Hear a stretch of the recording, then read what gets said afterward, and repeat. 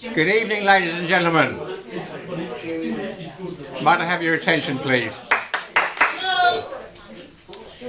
My name's John Locke, and I'm very pleased to be here and to be invited and have a chance to talk about the Magna Carta group. That's what people refer to us. There are many different groups in the so-called freedom movement, and most people will refer to us as the Magna Carta group, or the Article 61ers. So we're going to be talking a lot, a bit. The main theme of this is going to be principles. We live in basically an unprincipled society at the moment, where for many decades there have been forces trying to get people to abandon principles that previously stood society in good stead, and get people to believe that all truth is relative. There are no absolute values, these type of things. Most of us here are senior enough to sort of remember those days and see those changes happening. So first thing I've got here is not what we don't know that makes us ignorant, it's what we don't want to know. So there are many people, and I'm sure everybody in the room would have some experience of this, where you've tried to talk to people about the bad things that are happening in the community, especially emanating from the government, from police, from public servants, from different groups that we were taught to regard as authorities. But we can see that they don't always work to our benefit. So when we try to talk to people about this, there's a very large number that just really aren't interested. They don't want to talk about it because it makes them feel uncomfortable.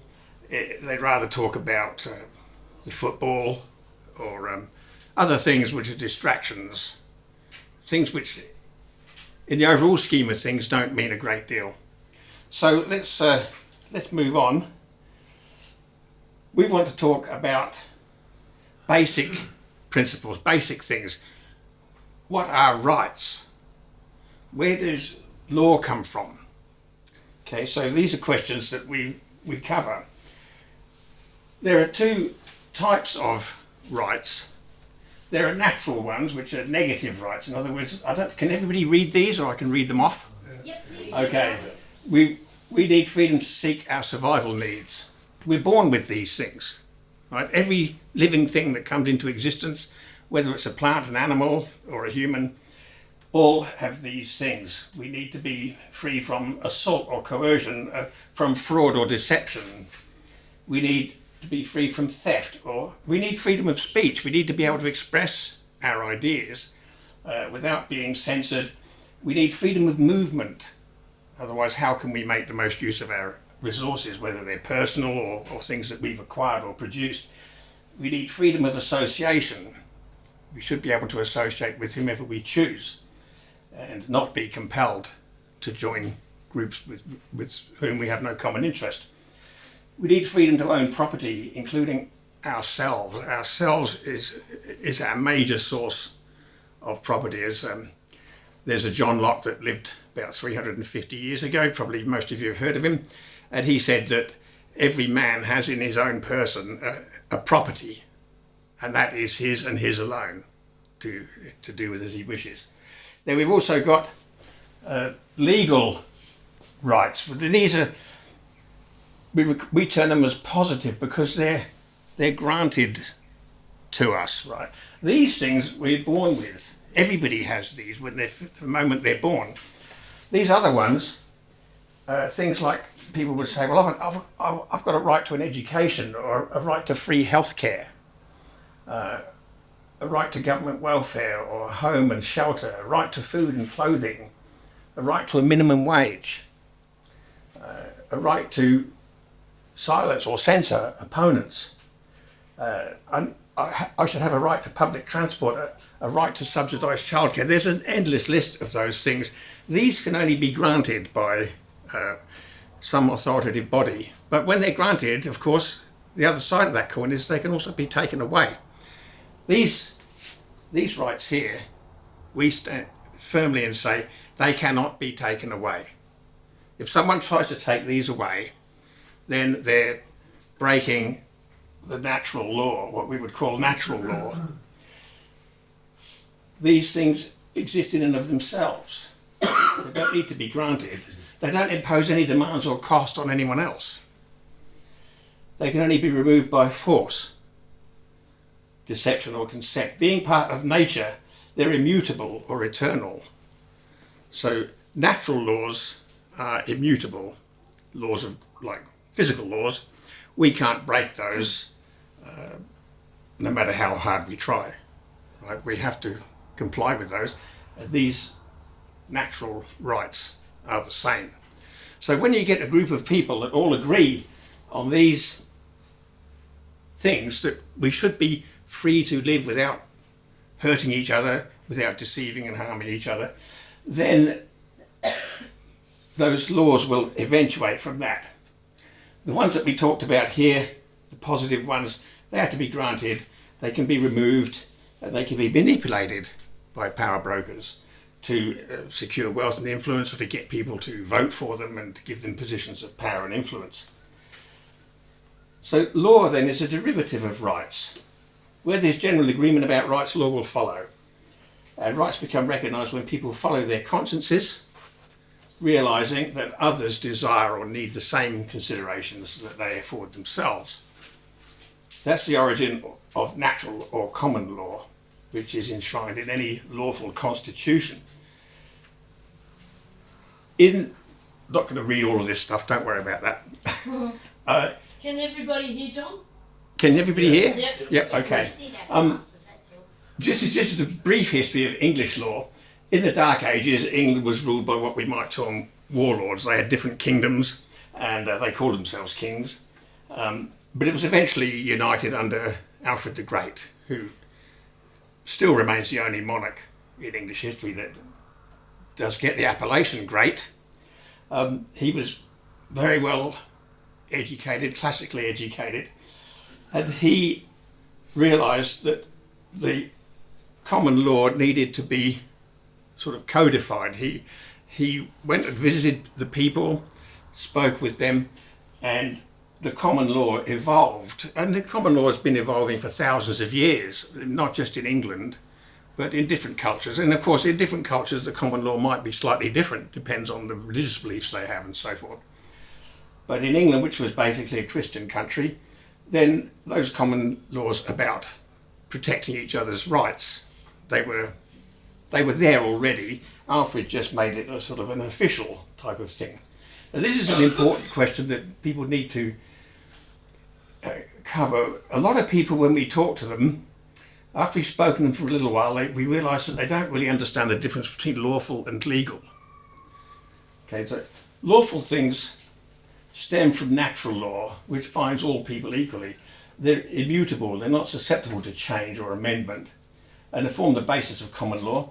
It overrides statute law. Lawful, something that's lawful, like a constitution, overrides statute law. It defines constitutional law and protects individual rights. On the other hand, legal things, they consist of statutory legislation passed by a parliament or congress of representatives. They can be changed by any succeeding administration. It favours one-size-fits-all judicial processes and punishments. So when we get into, so if someone's hauled into a magistrate's court, for example, there's very, very little consideration of the actual circumstances leading up to why you were there. It's just, well, this is what you did. Policeman says that. We believe him, not you. So the punishment is the same for everybody. Okay. Under a lawful system, which we'll come to, then that will be considered. All those things will be considered. Now, Magna Carta 1215, called the Great Charter or the Great Charter of Liberties, that arose because we had a king that was a tyrant. At that time was King John, and he was committing all sorts of crimes, having people murdered and tortured. But the real thing that got people going, and was the barons, was the fact that he went too far with the taxation. Basically, that's what's going to happen here. They're just going to go to the point where they take too much money off people, and people are going to say, no, that's enough. What can we do about this? So the barons got King John and they got him to do the Magna Carta. And that's only one article, which is on the back of the sheet that you have there. I'm not going to read all that, but just a couple of the bits in the yellow are probably the important bits, where it says that if the monarch breaks the agreement with the people, then a committee of barons can be appointed, and they can, together with the whole realm, distrain and distress the crown after it's been reported to the monarch, and they've had 40 days to fix things up. If they don't fix it up, then the barons and the people can unite and refuse to comply with the directions of the monarch or their agents. And it says down the bottom here that this is to be enjoyed in perpetuity. In the future, if anybody, the monarch or any other party, tries to bring something into existence which revokes or diminishes these liberties which are protected, then it should be null and void. So that's an important point we'll come back to. So basically the question comes up, well, who can write a constitution? And the answer is virtually anyone other than the government, or everyone other than the government. The government cannot be allowed to write the constitution. And the reason for that's obvious. They're the ones who are enforcing it. They've got a monopoly on force. You can't have a body like that writing the rules and enforcing them because, well, that's dictatorship, isn't it? That's the definition. So I've covered a couple of those there. Basically, the Constitution binds the government. It doesn't bind the people. The people are we're technically free to do whatever we like, as long as we don't hurt other people. And that includes in our own personal affairs, or even if we're running a big corporation, we should be accountable if what we're doing is polluting the environment, for example, and causing other people harm via that method. How the people retain power under the Constitution is through trial by jury. It's not through voting. We'll come to that in a minute about voting. But under trial by jury, which was established in Magna Carta in Article 39, which you'll find on there as well,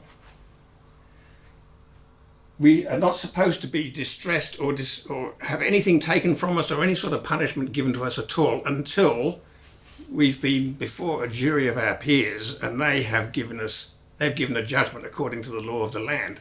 The law of the land is the common law, not the legislation. So when somebody brings a complaint against another person, so this person's done harm to me, they go before a jury. They're supposed to go before a jury, not a magistrate or a judge. Those type of things are completely unlawful and unconstitutional. So the jury under this system decides what is admissible as evidence, and they're the judges, right? They may be assisted on points of law by an elected or appointed convener, someone who is familiar with the law. Sometimes there'll be points of law the jury won't be quite clear on. But the jurist judges the facts of the case and the justice, or otherwise, of the legislation that flagged the case. The jury decides the verdict and the sentence, if any. The jury may annul the legislation and acquit someone technically guilty of a breach of the legislation which brought that case. A single jury may bring a publicly funded court action against legislators, either singularly or in the plural, for any damage caused by unconstitutional legislation that they enact. So this is where the people really have the power to control the government. The government could pass any law they like they've been doing in the last few years. Yeah. If we had trial by jury, the system that was established, then that person, someone would be charged with, hey, you're out in the street without wearing a mask, hauling you into court. The jury could say, well, he may not been wearing a mask, but we don't think that that's really important.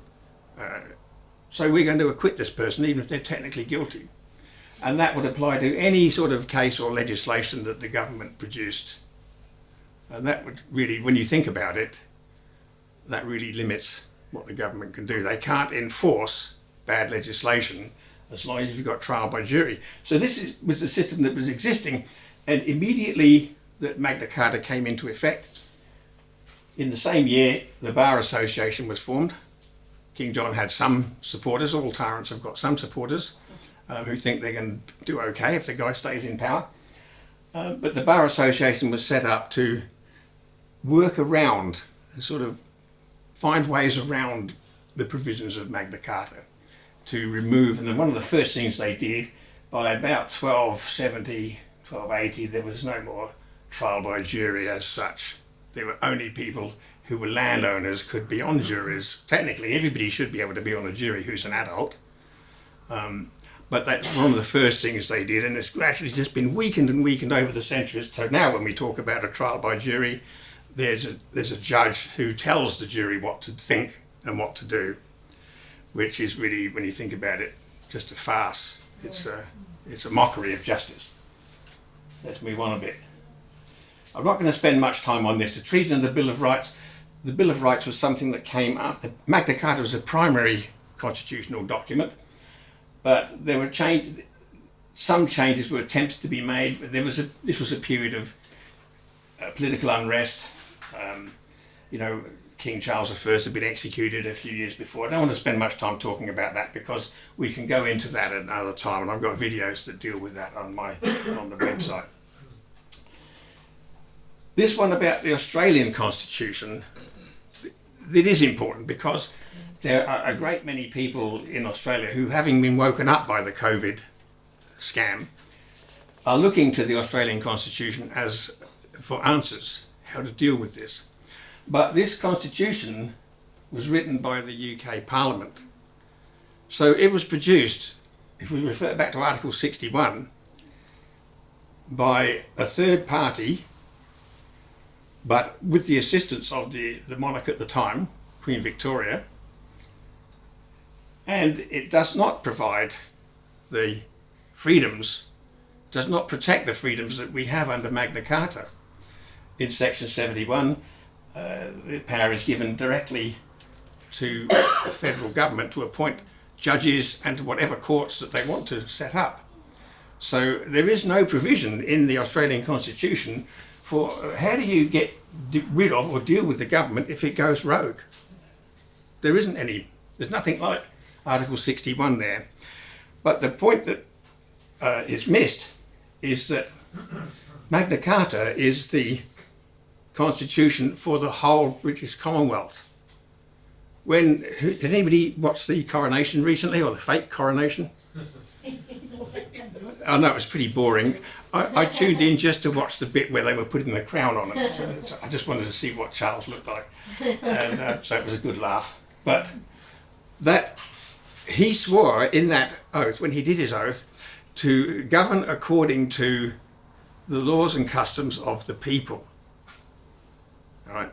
The actual coronation oath that he was supposed to swear, which was set up under the Bill of Rights, says that the monarch should govern according to the acts and statutes of Parliament. Totally different thing. But Charles left that out. That was left out, and maybe for distracted reasons to distract people. But he is supposed to rule the whole Commonwealth under the laws and customs of the people, which is the common law. That's Magna Carta. All the legislation, anything that contradicts the Constitution is invalid. Article 61 tells us that. A lot of people will say, oh, lots of the Magna Carta has been revoked, or it's been annulled. That's not possible because it was a treaty that was sealed before Parliament came into existence. So if you've got a contract or an agreement between two parties, there's no lawful way that a third party can come in and start interfering with that. So that's one of the problems that stems from people's belief in the Australian Constitution. It's not valid. We're under the British Constitution of Magna Carta, which affords us much greater freedoms and enables us to withstand lawfully the imposts and all these mandates and things that are being forced upon us. I'm just going to gloss over these quickly. Democracy, remember I said I'd refer to this, it's not voting in elections or in referenda. All those things lead eventually to a totalitarian type of government, because it's just a contest about, it's an auction of future stolen goods. Yeah. That's what elections are. So eventually, as people gradually become weakened by the grasping sort of hands of government, they become more and more likely to vote for extreme measures. And eventually you wind up with, with some form of dictatorship. Even the, what's the word I'm thinking of? Just forget that one. Let's move on. We're running short of time. So this picture here is a man called David Robinson. Now, when Magna Carta Article 61 was invoked in 2001, it was as a result of work done by the Magna Carta Society in the UK. And they had been studying for years the different legislation that Queen Elizabeth allowed to pass through the Parliament. Legislation that gave more and more sovereignty to the EU over Britain. Now that contravenes not only the Constitution as Magna Carta, where the monarch swears to uphold our lawful rights, but also there are other acts and statutes that have been passed since, where to grant or cede any sovereignty over Britain or any of the Commonwealth to foreign powers is defined clearly as treason, right? And it's just not allowed. Now, when this was invoked in 2001, that technically deposed Queen Elizabeth. She wasn't any longer the monarch, not constitutionally. And of course, the establishment decided, well, let's keep this quiet. It had to be published under the constitutional law. So it was published in the Daily Telegraph on the day after. But they kept it quiet as much as they could. They thought, well, let's not let people know about this. David Robinson studied all this for many years, and he was assisted by a lady called Elizabeth Beckett, who was the daughter of a High Court judge. And he worked out a series of notices, lawful notices, which we can send to people who make demands on us. There could be, a speeding fine. It could be rates called from the council. It could be a parking fine. It could be anything. Like this, currently, we've got a referendum coming up. I've received my thing. Probably most of you have, about it's compulsory to vote. We don't vote in those things, and the reason is that if you participate in that, David Robinson and his notices establish the fact that the government is acting unlawfully, that it doesn't have Crown authority. Therefore, if it doesn't have Crown authority, what authority does it have? It only has the authority of a corrupt police force that are being used to enforce these things, instead of doing their proper job of constables. That's another subject we can come to another time. But David Robinson devised these notices, which we place these people, we let them know, look, I'm standing under this Article 61, I've sworn an oath to that, and I can't recognise the jurisdiction that you're claiming. You don't have lawful authority. So therefore, but I will give you an opportunity, if you can prove to me that this wasn't enacted in 2001, if you can prove that that didn't happen, Article 61 is not in effect, well, and of course I'll comply with whatever your demands are. But they're not able to do that. So we give them a couple of opportunities to respond. They never do, or if they do, it's always with some sort of claim that, Magna Carta has been abolished, and then we rebut that. And we go on through 5 notices. We let them know that they're concealing the fact that treason is being committed, and that then we give them a final notice to stop. And mostly they'll a lot of the demands that they make cease about that point. But sometimes they continue to go on. They threaten things like, we're going to impound your motor vehicle, or we'll take your driving licence away if you don't pay the fine. Or we'll send you to court, you've got to go to court. We don't go to courts either. We put the court on notice to say, you have no authority, I'm forbidden by the law to actually step into your jurisdiction. And sometimes, of course, they go as hard and fast as they can. They might say, well, we're going to send bailiffs around to take some of your property. Now, we have had people who've resisted that all the way, and the bailiffs have had to leave. But for most people, that's a very scary prospect.